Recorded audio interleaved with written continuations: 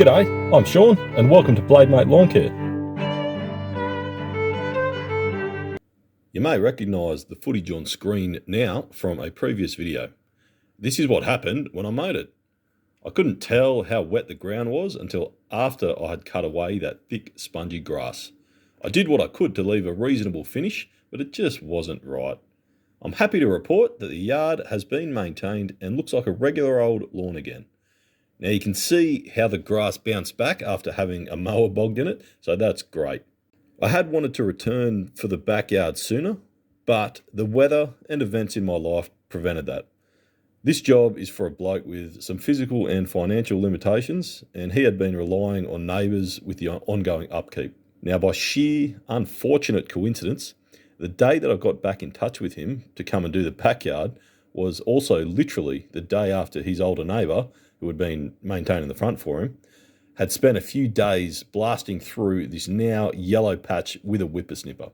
I believe he said it took 2 days to cut through that patch, and given the tools he had, I believe that. Now, it previously resembled the other side of the yard, so hopefully that is a bit of an indicator as to the task ahead of me. This footage is a good example of just how tough this grass variety, called kikuyu, can be. The green parts are where regular mowing has been occurring, and yes, the remainder will green up accordingly, with regular maintenance of course. The reason this grass turns brown after a cutback is due to the chlorophyll being held higher up in the grass blade in order to conserve energy. This is a drought-resistant quality of this grass variety. You saw a sneak peek of me using a bit of a cheat code for green grass, but I'll speak about that later in the video. For now, let's get mowing.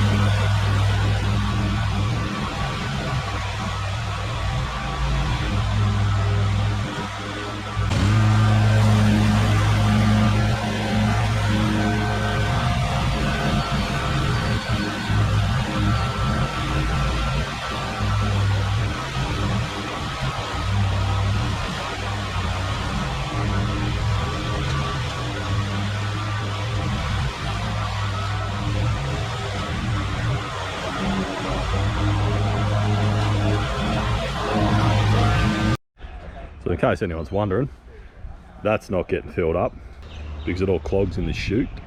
The reason I'm persisting is it sort of half mulches it and catches it, but because it's not just throwing it everywhere making a mess, when I go over it again a little bit shorter, it'll catch everything that's kind of been left on top of this bit, as opposed to if I discharge it, you can just never get it all.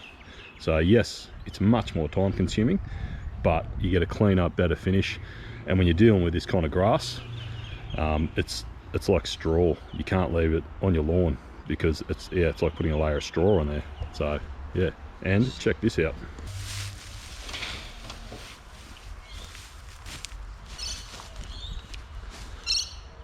That didn't sink.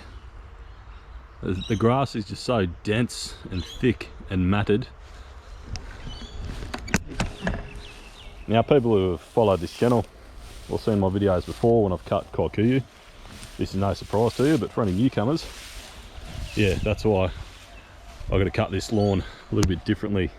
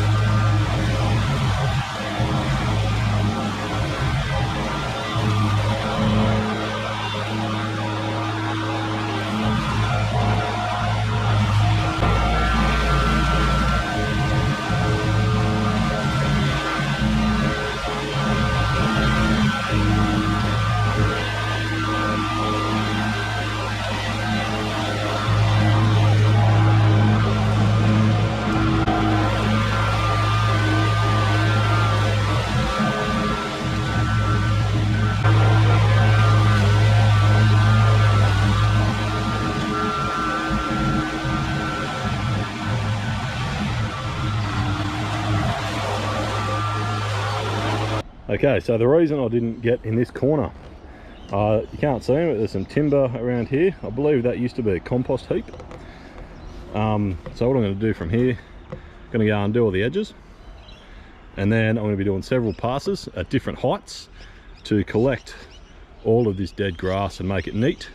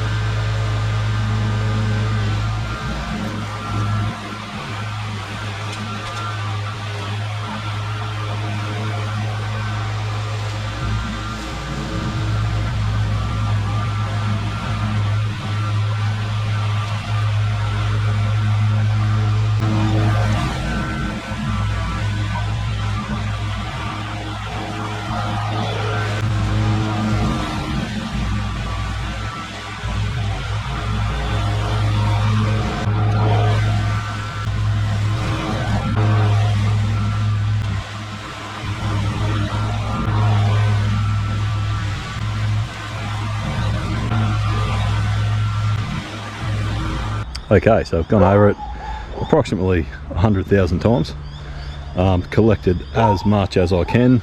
We have a uniform length. Let me just show you how much grass I got.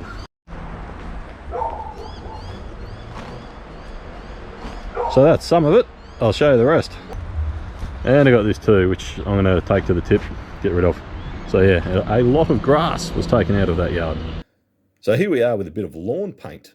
I'd seen others using this and thought it was time to give it a try, especially given the dead appearance of some of my yards after a hard cutback. Frankly, I thought this lawn paint was a bit gimmicky and I never had an inclination to try it. But I did some reading and learned that it is non-toxic to the soil, plants and critters, so I figured, what the heck. Got a funny story for you though. I rang around town trying to get my hands on this stuff and I finally got the good news. A local mower shop had previously kept some on its shelf, but it wasn't much of a seller, so the small amount remaining went into the storeroom to gather dust. The dealer said I could have it for free because he couldn't guarantee if it was any good or not. So he just came out with a few bottles and said, here you go. I was like, thanks, and I took it. To cut a long story short, it did dilute more than I understand a fresh batch should, which is potentially due to the age of the product. As such, I needed to be a bit more sparing with the application this time, and it did not produce the iridescent green that you may have seen when others use it. For me, this was something of a blessing in disguise, as I felt like the colour was a bit more natural and less ostentatious. This is something that I will gain more experience with and hopefully produce some superior results when using these products in the future. For this job though, I think we can all agree that the colour is nicer to see than the contrasting yellow.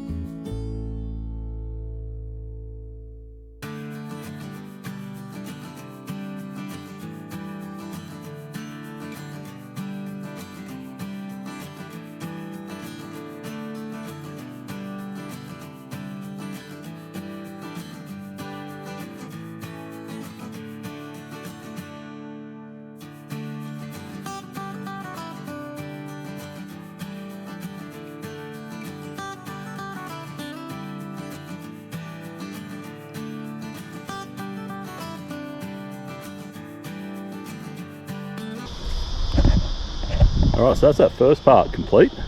Now this stretch kind of here, that's the natural colour of the grass. Might have been a little bit of overspray kind of just near it, but for the most part, this is what the grass looks like. So it's been a pretty good colour match.